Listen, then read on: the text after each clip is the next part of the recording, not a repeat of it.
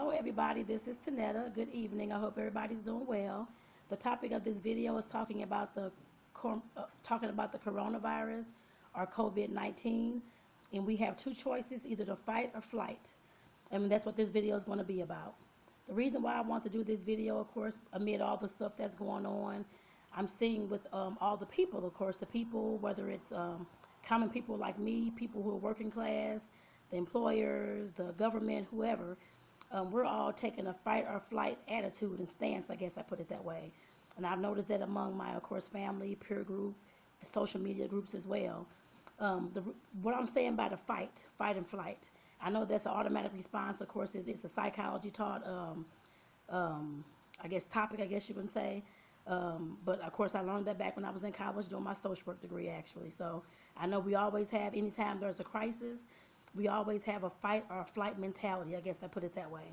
And I'm switching this around a little bit in this video just to let you know, because my fight means that for a person to, of course, stay stuck in the way, I guess, stay stuck in the situation that we're in, their mentality is geared towards that, geared more towards the negative. They're living in fear, of course, feeling hopeless. They're in panic mode about what's going on. And, of course, cannot seem to get out of that mode. I guess I put it that way. And like I said, that's what I mean by the fight. And for the flight in this video, I'm talking about, of course, flight as in flying, moving forward, seeing the possibilities and the positives coming out of this. I guess I put it that way. Coming out of the aftermath as well. Like I said, I know it's kind of hard to see any positives coming out of this because there's a lot you hear in the news, whatever's going on, about how many have contracted the virus and how many have died, and all the precautions that our government and our local officials are taking as far as curfews and quarantines and having to stay at home for 2 weeks and that kind of thing. I guess for those of you all who are at home. And like I said, we take those stances anytime that there's a crisis, fight or flight. But I know that always when there's a crisis, there's always a time for a crisis brings creativity and imagination. I always have seen that. I've seen that within this situation and within other situations in my life. And I just want to bring you all this video just to remind you that we can, of course, fly out of this. I guess I put it that way. Yes, there are going to be some casualties. Yes, there's going to be some backtracking we'll have to do to, of course, change our policies, whether it's in our city or our states or our government and our businesses. Yes, we'll have to do that. But, of course, this is a temporary change, I guess, at this present time. And we know that coming out of the aftermath, coming out of all this, that we are going to have some kind of changes, I put it that way. It may not be the same normal that we knew before all this. It may not be. It may be similar, of course, but we're going to have to come up with a lot of protocol, especially a lot of the employers, a lot of the government officials, a lot of the city and state officials and stuff like that, given that this can happen again at any kind of time. And we have to have protocol in place to, of course, fight against these kind of things and, of course, take measures to, of course, prevent things like this. And that's not to blame anybody, anything like that at all. But I'm just saying all that to say that whatever the new normal is going to be, we, of course, still have to fly upwards. So we still have to take that flight. Like I said, I know there's a lot of things that's coming out of this, a lot of things that you're seeing on the news and all those kind of things. I can tell you to stop watching the news and to stop looking at the online articles and things like that. But, of course, most people are not, they'll listen to it. But, of course, they're not going to stop doing whatever it is their habit, I guess I put it that way. If they're already in panic mode, if they're already living in fear, if they're already nervous about what's going on, that's how they're going to respond to this whole entire situation until it's, well, probably in the aftermath as well, but until it's over with, I guess I put it that way. And like I said, there's not a lot that we can do except for keep trying to encourage you to, of course, just look at the flight, look at where we're going to go after this. I guess I put it that way. Amid all the casualties, amid all the changes in our policies and things like that, that's temporary. Like I said, there's a lot of stuff that I can see that's going to come out of this. I guess I put it that way. And just looking ahead, I can't predict anything like that. But like I said, I see a lot of things coming out of this. I see a lot more employers, of course, allowing their employees to, of course, work from home. Seeing that a lot of the jobs, of course, we all knew this already. But a lot of the jobs you don't have to sit in an office setting to actually do. We all know that. So, of course, like I said, I see a positive change coming with that as well. Employers can, of course, save on their overhead costs, especially with having their employees work from home. I know that. Of course, I see right now, I'm in St. Louis, Missouri. I know everybody's talking about how this is the crime capital of the world. I mean, the U.S. and that kind of thing. We have the #1 murders in the country, or whatever it is, 2, 3, whichever it was back before. But like I said, that was many years. And I'm seeing right now with all this COVID-19 and all this stuff going on that we can, of course, stop that if you wanted to. I guess I put it that way. Goodness, I got some. Hold on, I'm sorry, y'all. But like I said, that's something that we can definitely stop. I guess if we actually wanted to. I know it's a virus going on, that kind of thing. That's putting folks in fear or stay at home, that kind of thing. Which I understand that. And of course, like I said, I know the crime has really lessened here in St. Louis. I can tell you that. You hear more about the coronavirus and not other stuff that's going on. So I know that we can, of course, do that. I guess I put it that way. And like I said, I know the employers can do that as well. And like I said, that's something they'll have to look at their own infrastructures and see what they can put in place, I guess, for that. And like I said, I know a lot of times more positives, I guess, coming out of this. I put it that way.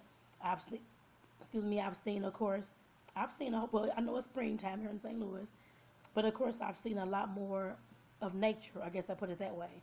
A lot more of the birds coming around, even though it's been chilly here and cold here and rainy here.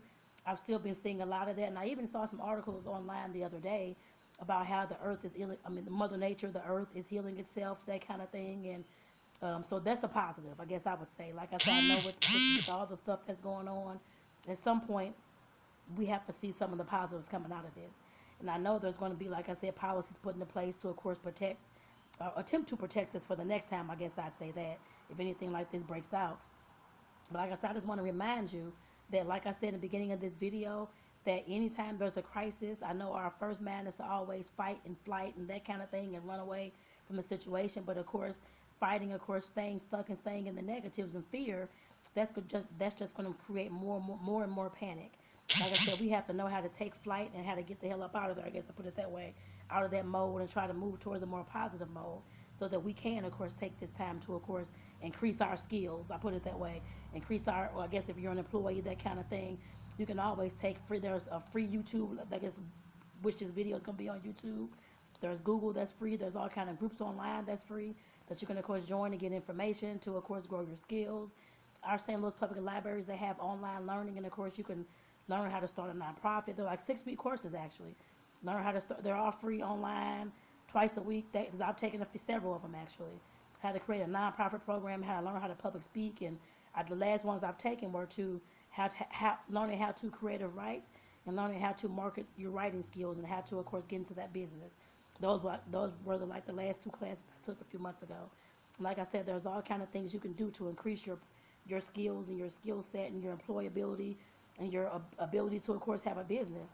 Learning all these skills, all the things that you do, I'm sure a lot of things that you do, you can create a business from, I guess I put it that way as well. Like I said, we definitely have to look at that. If there's something that you're wanting to do and you see that all the stuff is going on, as suppose you're one that's laid off right now and not being paid and you're trying to figure out, scrounge around, trying to pay your bills and all this kind of stuff because you don't have any money saved. Like I said, trying to figure out online businesses and stuff like that is definitely a lot of tools I heard that you can use for that. And since I talked about savings, for those, of course, I've done videos about this in the past. It's very important that we, of course, start saving, I guess I put it that way, for a rainy day when stuff like this happens. They always say you need to have about 4 to 6 months, I believe, of money saved to, of course, prevent an event, to prevent you from losing your home or from, of course, losing your car, from, of course, losing whatever it is. Like I said, we have to have all those kind of things in place already, not just when it's the last moment or it's the COVID-19.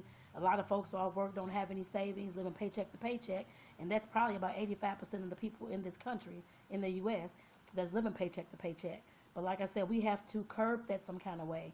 And I hope with you all seeing this, as far as whether it's this video, as far as me talking about finances and stuff like that during a time like this, whether you're laid off or not and not getting paid or not at this time, next time, please take a look at this as far as what you're going to be able to save, how you're going to be able to do things.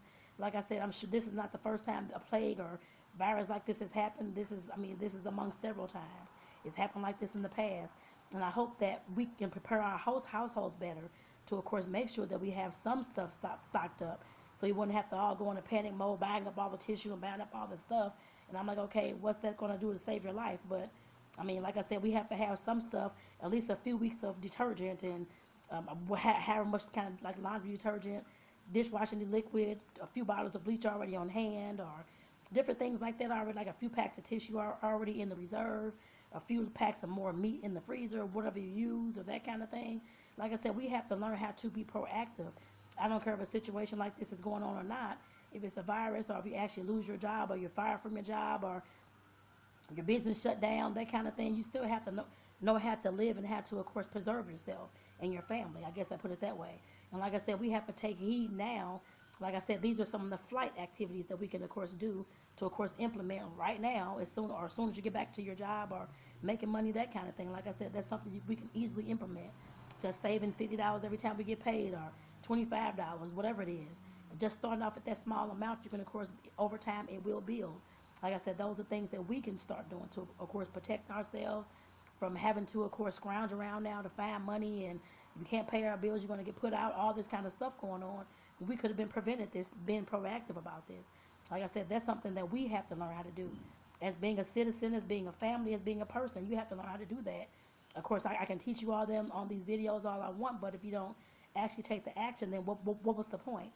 That means you're still going to be in the same situation come next time something like this happens, or the next time your job or business leaves you, you're going to be in the same situation. Like I said, we have to be proactive about all this kind of stuff. Being proactive about making sure that we have protocol, like I said in the beginning, in our, I guess, in our offices, at our jobs, to know what to do when a situation like this happens, and easily transition to working from home.